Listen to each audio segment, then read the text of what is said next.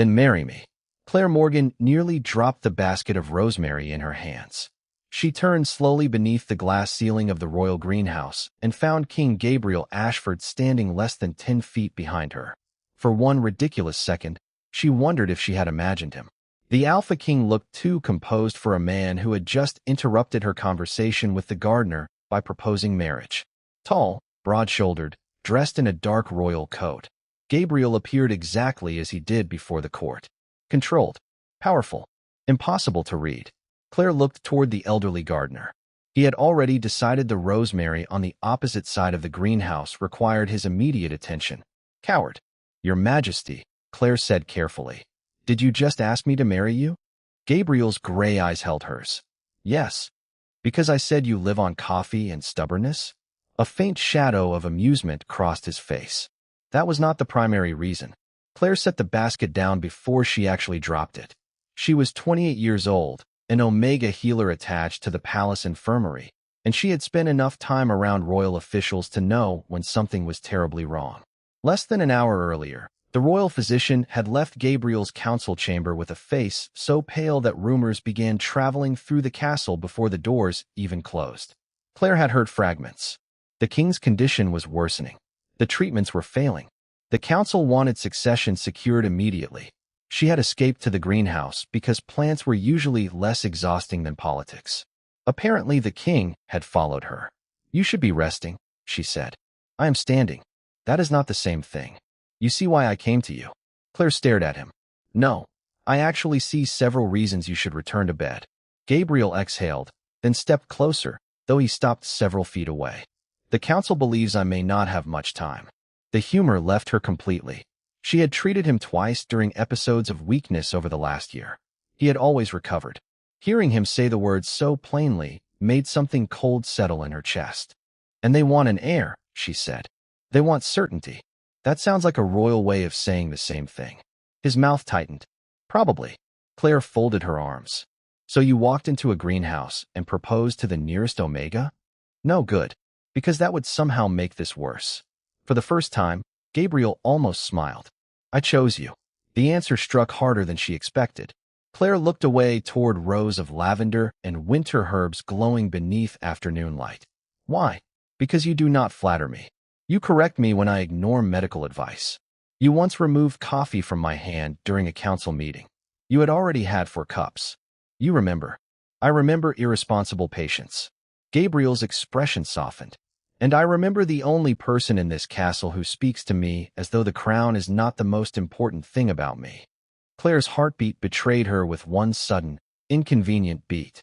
Then Gabriel ruined the moment. Marry me, he said, and give the kingdom an heir. Silence. Even the gardener stopped pretending not to listen. Claire slowly turned back to Gabriel. That may be the worst marriage proposal in royal history. Gabriel blinked. I suspected it lacked elegance. Elegance is not the problem. She stepped closer, anger warming her voice, but never raising it. Are you asking for a wife, Your Majesty, or hiring someone to solve your succession problem? The question landed. Gabriel went still. Claire saw the exact moment he understood how his words had sounded. Claire, because those are very different offers. He looked down briefly, then met her eyes again. The king who could command an entire council suddenly looked like a man searching for the right words. You are right. That surprised her. I said it badly. Very badly. Catastrophically. Historically. A quiet laugh escaped him despite everything. Then his face became serious again. Let me try once more. Claire waited. Gabriel took a slow breath. I am asking whether you would consider a marriage arrangement with me. Protection. Independence. Your work remains yours. Nothing beyond the marriage happens unless you freely choose it. Claire stared at him. Somewhere beneath the shock, another thought surfaced. A forbidden royal archive. Records sealed to everyone outside the royal family. Records that might finally tell her why the silver mark hidden beneath her sleeve matched symbols she had seen only in ancient books. Gabriel had no idea who she might really be. Neither did she. Claire looked toward the castle rising beyond the greenhouse glass. Then back at the dying king waiting for her answer. For the first time, his proposal no longer sounded merely impossible. It sounded dangerous for entirely different reasons. Claire did not answer in the greenhouse. Not immediately. Gabriel gave her that much. He did not press. He simply told her to think about it and left through the glass doors with the kind of calm that made it almost impossible to believe he had just asked an Omega healer to become his wife. By sunset, Claire was back in the palace infirmary, staring at the same bottle of willowbark tincture for nearly 5 minutes without labeling it. "You are holding that upside down," her assistant said. Claire looked at the bottle. "I know. You have been holding it upside down for a while. I also know that." The truth was, she had been thinking about the Forbidden Archive, the sealed records beneath the Western Tower, the place only members of the royal household could enter without special approval. Somewhere inside might be an explanation for the silver mark she had hidden beneath her sleeve since childhood. Her mother had died without telling her what it meant. Every public archive ended with the same missing century. Every old symbol she found seemed to point back toward the royal line. Marriage to Gabriel would open that door. That fact alone frightened her more than his proposal.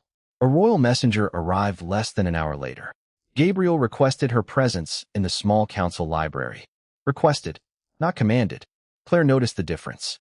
When she entered, only Gabriel and his advisor, Daniel Cross, were inside. Daniel looked about 40, broad-shouldered, impeccably dressed, and far too amused for a man sitting beside a dying king discussing marriage contracts. "Healer Morgan," Daniel said, "I have been informed that His Majesty has invented a new method of diplomacy." Gabriel gave him a flat look. "You were informed incorrectly. You proposed in a greenhouse. Leave. I have the contract." Gabriel sighed. "Stay." Claire almost smiled. Daniel placed a slim folder on the table. "The preliminary agreement. Although I strongly recommended removing the phrase heir expectations before anyone read it." Gabriel looked at Claire. "It has been removed." "Good." She sat across from him. "Because I have conditions." Daniel quietly leaned back, clearly entertained. Gabriel nodded. "Name them." "I remain a healer." "Agreed." "I keep my position in the infirmary." "Agreed." "My salary remains mine." "Of course." "I have access to the royal libraries and archives." Gabriel paused. Claire's pulse quickened. "All of them?" he asked. "If I am expected to become part of the royal household, I want full access to its records." His gaze lingered on her for a moment, but he did not challenge the request. "Agreed."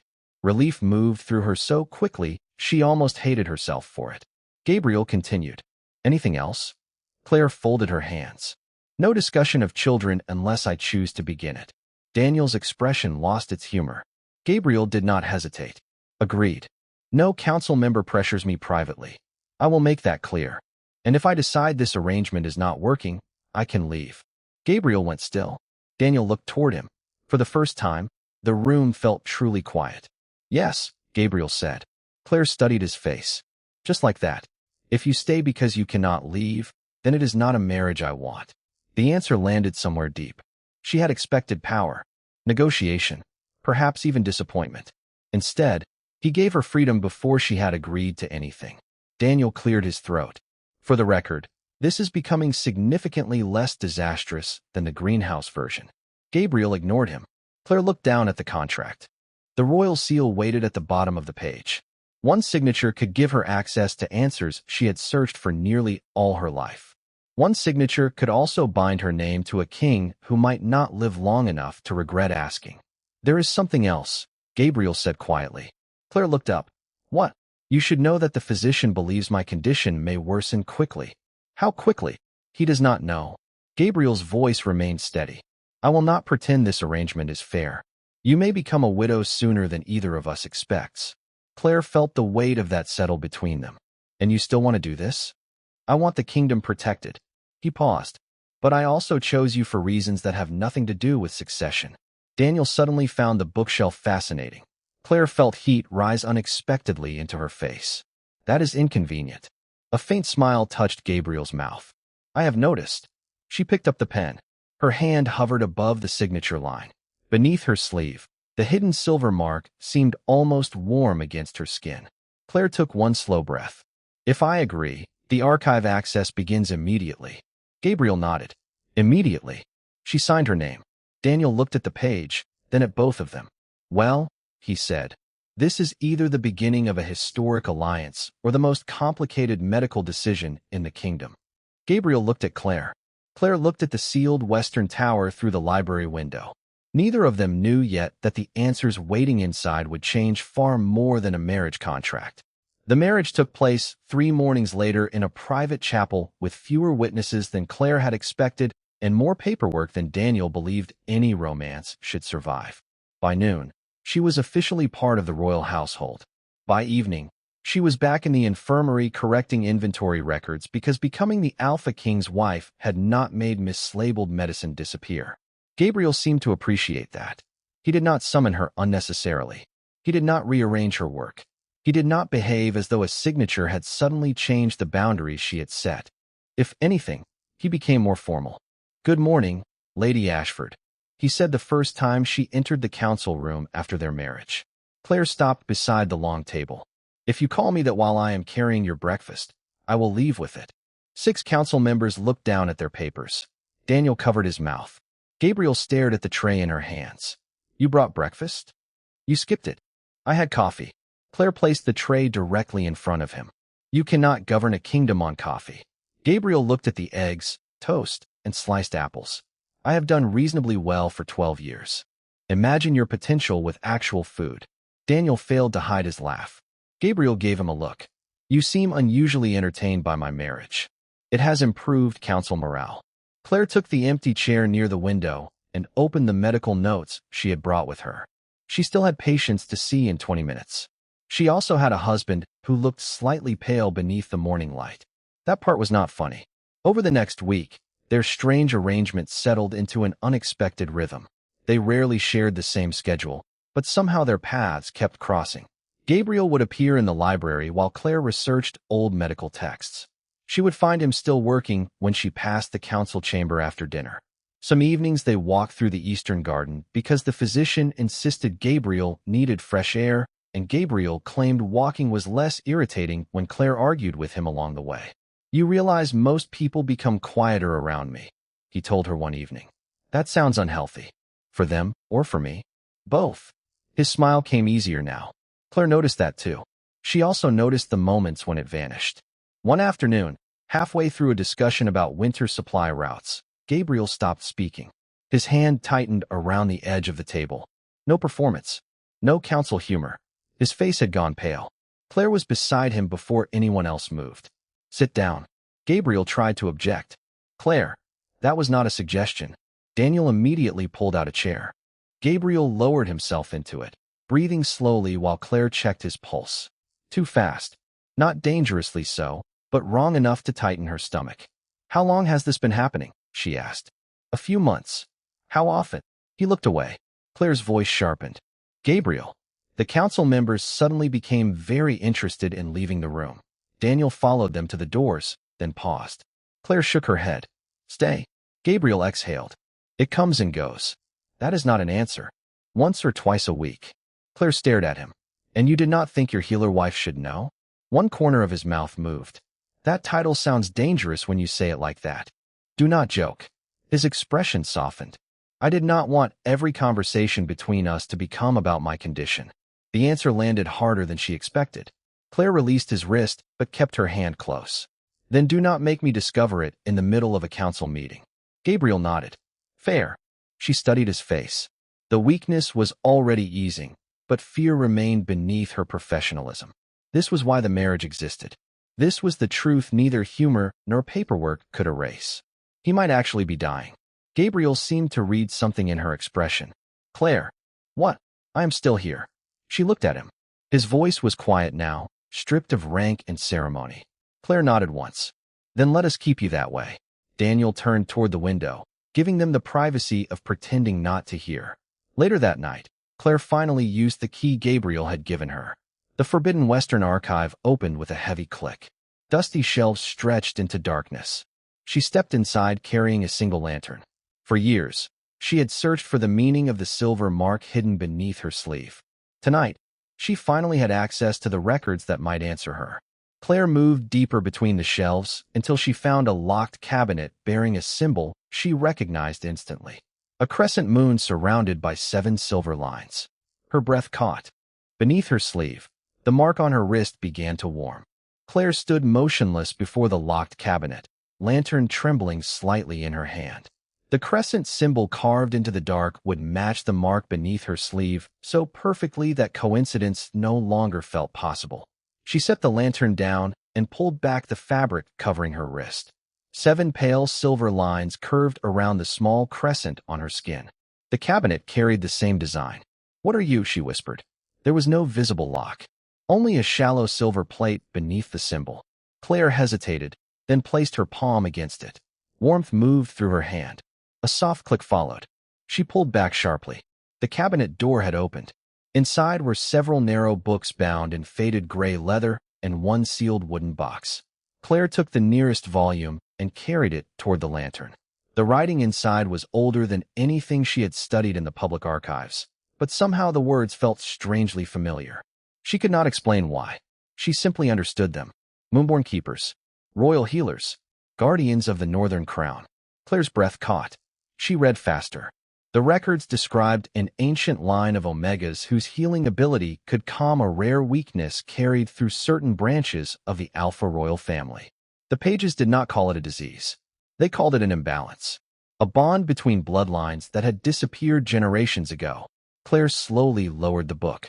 Gabriel's sudden weakness flashed through her mind. His racing pulse, the physician's uncertainty, the way he had recovered after she stayed beside him. Her stomach tightened. No, she refused to build conclusions from one dusty record. She needed evidence.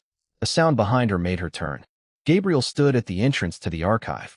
He wore no formal coat now, only a dark shirt and trousers, his expression tired but amused. "I was beginning to wonder whether my wife intended to spend our entire marriage with old books." Claire quickly lowered her sleeve. "You should be sleeping. You say that frequently. Because you ignore it frequently." Gabriel walked closer, then noticed the open cabinet. His expression changed. "I have never seen that open." Claire's heartbeat stumbled. "Neither have I." He looked at the silver symbol, then at her. "How did you unlock it?" She could have told him. Instead, uncertainty stopped her. She had known Gabriel for weeks. She had been married to him for barely a week. And the truth she had just found might connect her bloodline directly to his illness. "I found a mechanism," she said carefully. His eyes remained on her face for a moment. Claire hated how easily the half-truth came. Gabriel did not press. "Did you find what you were searching for?" She glanced toward the open book. "Maybe. That sounds dangerously mysterious. You married me after one conversation in a greenhouse. Your standards for caution are questionable." His quiet laugh warmed the cold archive. "That remains one of my less elegant decisions." 1. Daniel maintains a list. Claire smiled despite herself. Gabriel stepped toward the table, then suddenly stopped. One hand pressed against its edge. The color drained from his face. "Gabriel." Claire reached him before he could object. She guided him into a chair and checked his pulse. "Fast again." "How long?" "A minute." "You should have told me. I was looking for you." The answer softened something in her before she could prevent it. Claire placed her fingers more firmly against his wrist and focused. Warmth gathered beneath her palm. It was the same gentle healing sensation she had used hundreds of times on patients, yet tonight it felt stronger. Silver warmth moved beneath her skin. Gabriel inhaled slowly. His pulse began to settle. Too quickly. Claire stared at their joined hands. Gabriel noticed. "What?" "Nothing." "Claire." She looked at him. His color was already returning. What should have taken half an hour had happened in less than a minute. Gabriel gave her a faint smile. "Apparently marriage agrees with my health." Claire could not smile back. Behind him, the ancient book remained open beneath the lantern. One sentence seemed almost brighter than the rest. "When the lost keeper returns, the failing crown will recognize her before either heart understands why." By the next morning, Gabriel's color had returned almost completely. That should have relieved Claire. Instead, it made the question inside her louder. She stood at the infirmary window with the Moonborne record hidden beneath a folded cloth in her satchel, replaying every detail from the archive. His pulse had steadied beneath her hand. Too quickly, too perfectly, and the ancient line about the failing crown recognizing the lost keeper would not leave her thoughts. Claire told herself she needed more evidence before saying anything. Then Gabriel walked into the infirmary carrying 2 cups of coffee. "One for you," he said, "and one for the man you keep accusing of living on coffee." She took the cup, suspicious. "This is bribery. It is breakfast diplomacy. Coffee is still not breakfast." I brought pastries. He lifted a small paper-wrapped bundle. Claire stared at him. You planned ahead? Marriage has changed me. She laughed despite herself. That was becoming dangerous too. Gabriel settled into the chair across from her desk, looking stronger than he had in weeks. The physician examined me this morning. Claire's smile faded. And? He was confused. That is not reassuring. He said my numbers improved. Gabriel leaned back slightly. Significantly. Claire's fingers tightened around the cup. Since yesterday? Since the episode in the archive. He watched her carefully. You look less surprised than I expected. I am a healer. I try not to celebrate before I understand why something changed. It was true, just not all of it. Gabriel seemed ready to ask another question when Daniel appeared in the doorway carrying a stack of council papers and an expression of deep suffering. I apologize for interrupting breakfast diplomacy, but the succession committee has discovered enthusiasm. Gabriel's face changed instantly. No, Daniel stopped. No to the enthusiasm. No to the committee. Claire looked between them. What happened? Daniel sighed. Lady Eleanor wants to reopen the discussion of heirs this afternoon. The words settled heavily in the room. Claire expected Gabriel to hesitate. He did not. Cancel it. Daniel blinked. The entire meeting? Yes. They will object. Then they may enjoy objecting without me. Claire stared at him. Gabriel noticed. What? Nothing. That was clearly something. Daniel looked down at his papers, suddenly very interested in administrative silence. Claire set her coffee aside. The marriage began because of succession. It began because I panicked badly and proposed in a greenhouse. That too. Gabriel's mouth almost curved. Then he became serious. But I will not let the council treat you as an answer to a problem. Claire felt something warm and uncomfortable move through her chest. You were the one who asked for an heir. And I was wrong to make that the center of the proposal. His voice remained calm. You made your boundary clear. I agreed to it. That did not expire when we married. Daniel slowly turned away, giving them the privacy of pretending not to listen. Claire studied Gabriel. This was the man who had once spoken about succession as if time itself were chasing him. Now, with his condition supposedly worsening, he was removing the very pressure that had driven the marriage. What if the council says the kingdom cannot wait? She asked. Then the council can learn patience. And if you do not have time, Gabriel looked at her for a long moment. Then I would rather spend whatever time I have as your husband than as a king measuring your value by what you might give the throne. Claire forgot the coffee, forgot Daniel, forgot the hidden record in her satchel. For one dangerous second, she wanted to tell him everything. About the silver mark, the cabinet, the Moonborne Keepers, the possibility that her presence was changing his health. But fear stopped her. If she told him now, would he still look at her the same way? Or would she become another answer to another royal problem? Gabriel stood. I should let you work. Claire nodded. You should. He paused at the door. Dinner tonight. Only if you eat actual food. Your conditions are becoming excessive. You signed a contract. He smiled. So did you. Then he left. Daniel waited until the footsteps faded. You should know something. Claire looked at him. What? He has not asked the physician about succession once since the wedding. Her heartbeat shifted. Why are you telling me? Daniel's expression softened. Because whatever began this marriage, it is not what is keeping him in it. Claire looked down at her satchel. Beneath the cloth, the ancient record seemed suddenly heavier. And for the first time, she realized the truth she was hiding might not only save Gabriel's life. It might also destroy the one thing she had started to believe was real. Claire barely slept that night. Every time she closed her eyes, she saw the Moonborne record beneath the lantern and heard Gabriel's voice telling her that her value was not tied to the throne. By morning, she had made a decision. She needed proof before she told him anything. Not hope, not an ancient prophecy. Proof. She returned to the Western Archive before breakfast and carried the sealed record back to the hidden cabinet. This time, she searched deeper. Behind the first row of books, she found a narrow silver case containing old physician journals from the royal family. One entry stopped her cold. The symptoms matched Gabriel almost exactly. Sudden weakness, racing pulse, fading strength without visible illness, temporary recovery after contact with a Moonborne healer. Claire sat down slowly. Her hands had begun to tremble. The records were not describing coincidence. They were describing him. A second page explained that the royal weakness appeared when an old bond between the alpha line and the Moonborne Keepers had been broken for too many generations. The Keeper did not cure the king through sacrifice or obedience. The effect came through voluntary healing, trust, and proximity. Claire read that sentence twice. Voluntary, trust, proximity. Her relief lasted only a moment before another fear replaced it.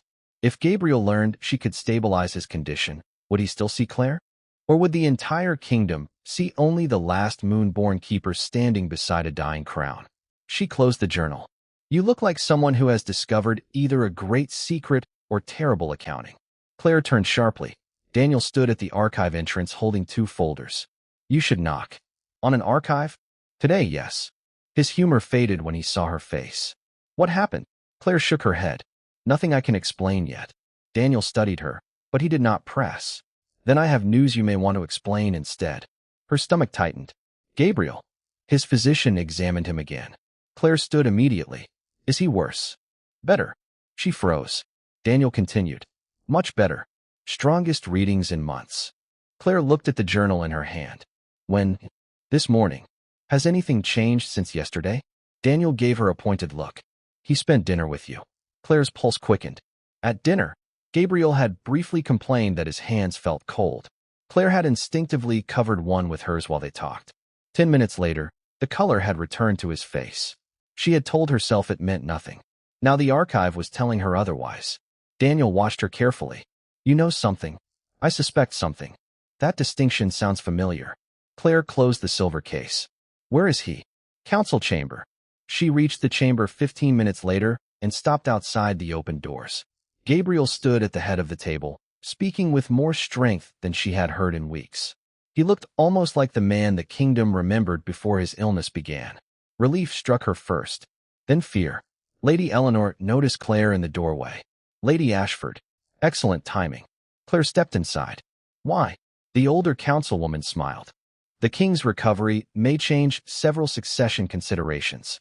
Gabriel's expression hardened immediately. We are not discussing that. Your Majesty, if your health is improving, then the question of an heir becomes even more important. I said no. The room quieted.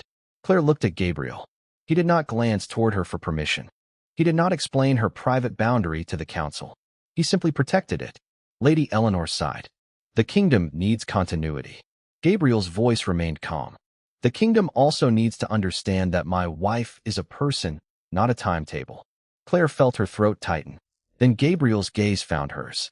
His expression softened instantly. You look worried. Every council member turned toward her. Claire almost told him. The truth sat one breath away. Instead, she said, I need to examine you later. Gabriel smiled faintly. That sounds ominous. It may be. Daniel, standing near the wall, watched her with growing suspicion. After the meeting, Claire returned to the archive alone. She opened the final journal in the silver case and found a family genealogy folded into the back cover. Her eyes moved down the faded names until one made her stop breathing. Morgan, her mother's family name. Beside it was the crescent symbol from Claire's wrist. Below the name, someone had written a single line in old ink. Last confirmed descendant of the Moonborne Keeper line. Claire stared at the page. She had spent her entire life wondering where she came from. Now she knew. And across the castle, Gabriel was getting stronger because the woman he had married for succession might be the very bloodline his dying body had been waiting for. Claire kept the genealogy hidden beneath her cloak all afternoon. Every step through the castle felt louder than usual. She passed servants, council aides, physicians, and guards who had no idea that the answer to Gabriel's illness might be folded against her ribs. By evening, the royal physician confirmed another improvement. Gabriel's pulse was stronger. His breathing was steadier. His episodes had shortened. Everyone called it encouraging. Claire called it terrifying. She found him in the eastern garden after sunset, walking slowly beneath the silver trees. He looked healthier than he had at the wedding. You asked to examine me, he said. I did. Should I be worried? Probably. His mouth curved. You have a gift for reassurance. Claire tried to smile, but the expression would not stay. Gabriel noticed immediately. What happened? Nothing yet. Claire. She looked away. The truth had become too large to carry alone, but she still did not know what it would do once spoken. Gabriel stepped closer, stopping at the distance he always gave her when something mattered. You have avoided me since the council meeting. I have been researching. My condition? Partly. His gaze sharpened. And the other part? Claire folded her hands to hide their tension. Myself. That answer surprised him. Before he could ask more, Daniel appeared from the garden path with Lady Eleanor and the royal physician. Claire's stomach dropped. I apologize, Daniel said. This was not my idea. Lady Eleanor held a sealed document. Your Majesty, the council has completed a review of the restricted archive. Claire went cold. Gabriel's expression hardened. Why? Because the sudden improvement in your health demanded explanation. Claire's heartbeat began to pound. Lady Eleanor looked toward her, not accusingly, almost cautiously. And we found something. Gabriel turned to Claire. She could not meet his eyes. That told him enough. What did you find? He asked. The physician unfolded a copy of an old record. Evidence of an extinct healer line once connected to the Ashford bloodline. The Moonborne Keepers. Gabriel looked at the page, then at Claire. And Lady Eleanor hesitated. We believe the line may not be extinct. Silence settled over the garden. Claire felt every breath become difficult. Daniel looked at her with quiet understanding. Gabriel did not move. Claire, he said softly, do you know what they are talking about? She could lie. For perhaps another day. Maybe an hour. Instead, she reached beneath her sleeve and exposed the silver crescent mark on her wrist. Lady Eleanor inhaled sharply. The physician stepped closer but stopped himself. Gabriel stared at the mark. How long have you known? About the mark? My entire life. Her voice trembled despite her effort. What it meant? Since last night. His eyes searched her face. Last night. Claire nodded. The archive recognized me. I found records. My mother's name. The Moonborne line. The garden seemed too quiet. Gabriel glanced toward Lady Eleanor. Leave us. Your Majesty, this concerns the kingdom. Later. His tone remained controlled, but final. Lady Eleanor bowed. The physician followed. Daniel lingered for half a second, then gave Claire a reassuring look before leaving them alone. Gabriel waited until the others were gone. Did you know before you married me? The question hurt because she had expected it. No, he held her gaze. Did you know you might affect my condition? No, when did you suspect? Claire swallowed. In the archive, when your pulse recovered under my hand. Gabriel looked away toward the trees. Not angry. Processing. That was somehow worse. And you did not tell me. I was afraid. He turned back. Of me. Of what I would become to you once you knew. The words came faster now. You married me because the kingdom needed an heir. Then you stopped treating me like an obligation. You protected my choices. You started seeing me as Claire. And suddenly I discovered I might be the reason you were getting better. Her voice softened. I was afraid the woman you were beginning to care about would disappear, and all you would see was the cure. Gabriel's expression changed. The hurt in it was quiet. You think that is what I would do? I did not know. Neither did I, he admitted. That stopped her. He stepped closer. I do not know what this means for my health. I do not know what the council will demand tomorrow. But I know one thing. Claire waited. I was already falling in love with you before I knew any of this. Her breath caught. Gabriel's voice lowered. Your bloodline did not bring me breakfast. It did not argue with me about coffee. It did not make me remember that there was a man underneath the crown. Claire felt tears threaten and blinked them away. Gabriel. But you were right about one thing. His expression became more serious. The council will try to turn this into destiny. Duty. Succession. They will say your place beside me was inevitable. He looked at her as if the next words mattered more than the kingdom. I need to know what you want before they decide they know for you. Claire stared at him. For the first time, the secret she had feared losing everything over did not feel like a chain. It felt like a door, and beyond it waited a choice she had never expected to be given. Claire did not answer immediately. Gabriel did not ask again. He simply stood beside her beneath the silver trees while the garden lamps flickered in the evening breeze. For once, the Alpha King seemed willing to let silence do what power could not. Give her room. Claire looked down at the crescent mark on her wrist. All her life, she had wanted to know what it meant. Now that she finally did, the truth felt larger than she had imagined. A lost healer line. A dying royal bloodline. A bond old enough to become legend. Yet none of it answered the question Gabriel had asked. What did she want? I do not want the council deciding that my life belongs to the crown because of this mark, she said quietly. Gabriel nodded. Then they will not. You cannot stop every opinion. No, but I can stop policy. Claire looked at him. And if they say I am necessary for your recovery? His expression remained steady. Then they may say it. Gabriel. Claire, if staying beside me becomes an obligation, then everything between us changes. His voice softened. I will not let your bloodline become another contract you never chose. The words reached somewhere deeper than reassurance. She had spent years searching for identity, terrified that the answer might tell her who she was supposed to become. Gabriel was telling her it did not have to. The following morning, the council gathered in the high chamber. Claire sat beside Gabriel, aware of every glance moving toward her covered wrist. Lady Eleanor opened the meeting carefully. The Moonborne records suggest Lady Ashford may stabilize His Majesty's condition. May, Claire corrected. The royal physician nodded. We have evidence of correlation, not certainty. Daniel leaned back in his chair. A rare outbreak of reasonable language. We should document the date. A few council members almost smiled. Gabriel did not. State the proposal. Lady Eleanor folded her hands. Additional testing. Continued proximity. Formal recognition of Lady Ashford as the surviving Moonborne Keeper. Claire felt tension gather through the room. Recognition by whom? She asked. The council. I did not ask for a title. Lady Eleanor's expression softened. No, but the kingdom may need clarity.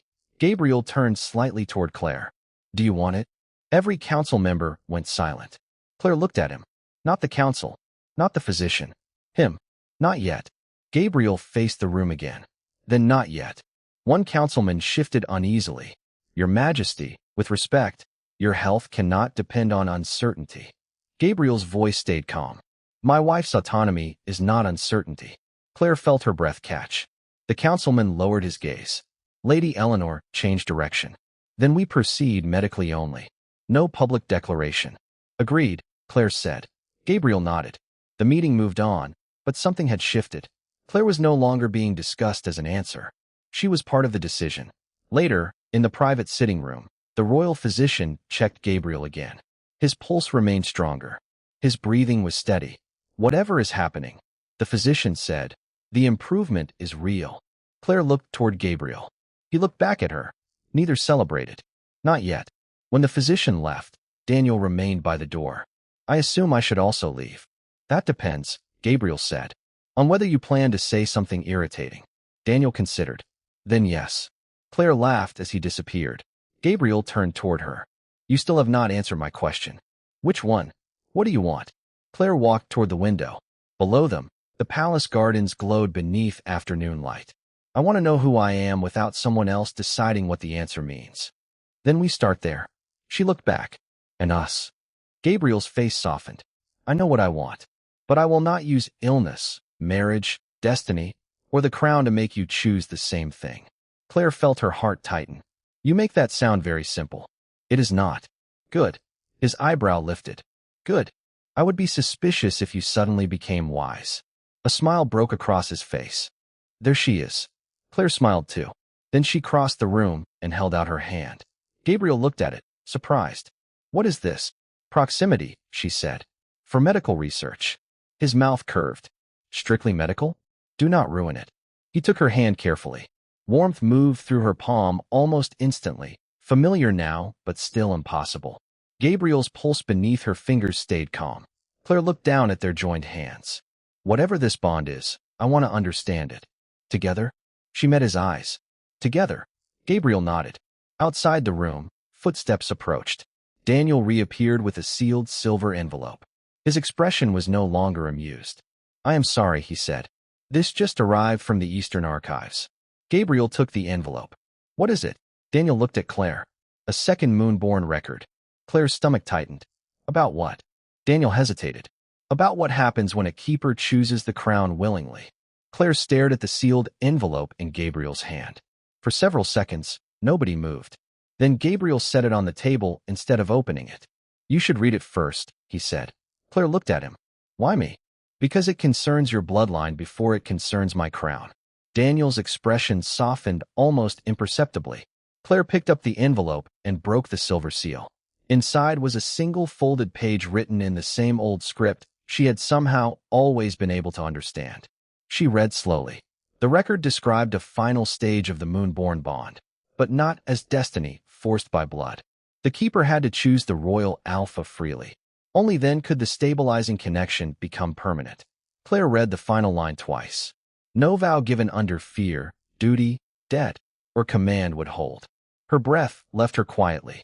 Gabriel watched her face. What does it say? Claire handed him the page. He read it in silence. Then he gave a short, humorless laugh. Apparently, even ancient magic has better legal standards than half my council. Daniel cleared his throat. I am choosing to take that as progress. Claire almost smiled. Gabriel folded the document and placed it back on the table. Nothing changes. She blinked. Nothing. You do not owe me a choice because an old record says it could help me. Gabriel, if the bond becomes permanent, your condition might stabilize completely. Might. And if I walk away? His expression remained steady. Then I hope you find the answers you need and live the life you choose. The words hurt in a way she had not expected. You would let me leave knowing it could shorten your life? Claire. His voice softened. I asked you to marry me because I was afraid of dying. I will not keep you because I am afraid of dying. Silence settled between them. Daniel quietly gathered his papers. I am going to become unavailable for the next 10 minutes. Gabriel did not look at him. Make it 20. Generous. The door closed behind him. Claire moved toward the window, trying to steady herself. You really mean that? Yes. Even after everything? Especially after everything.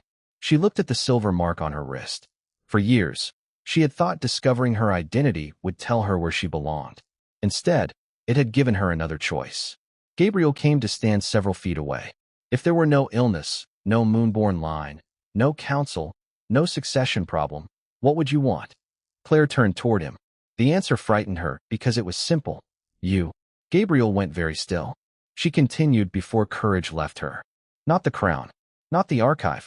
Not because I can help you. I want the man who remembers when I skip lunch. The man who lets me argue with him in front of council members. The man who stopped talking about heirs the moment he understood what that pressure did to me. His eyes softened. Claire. And I want time. Real time. Whatever we get. She stepped closer. If the bond helps you, then good. But I am not choosing the crown. Her voice became quieter. I am choosing you. Gabriel closed his eyes for one brief second, relief breaking through all the control he carried so naturally. When he opened them again, there was no king in his expression, only the man she had learned to love.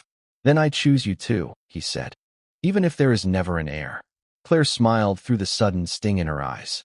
You have improved dramatically since the greenhouse. Daniel has reminded me frequently. She held out her hand. Gabriel looked at it, then took it carefully. Warmth moved between them, stronger than before but gentle. No flash, no spectacle, just a quiet steadiness settling through his pulse beneath her fingers. Gabriel breathed in slowly. Do you feel that? Claire nodded. Yes. Should I be worried? Probably not. That is reassuring by your standards. She laughed. The following weeks brought no miracle announcement, only gradual improvement. Gabriel's episodes became rare. Claire continued working in the infirmary. The council officially postponed all succession discussions until both of them chose otherwise. Lady Eleanor even apologized for treating urgency like permission. One evening, Claire and Gabriel returned to the greenhouse where everything had begun.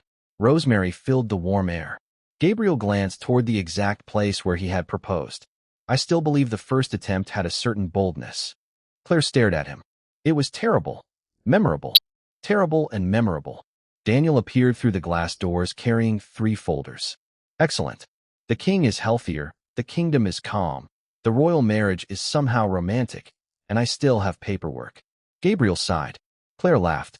Some things are beyond healing. Daniel nodded. Finally, an honest medical diagnosis. Gabriel offered Claire his hand. She took it without hesitation. Once, their marriage had begun with fear, duty, and a request neither of them understood. Now there was no contract between their joined hands. No prophecy forcing the moment forward. Only choice.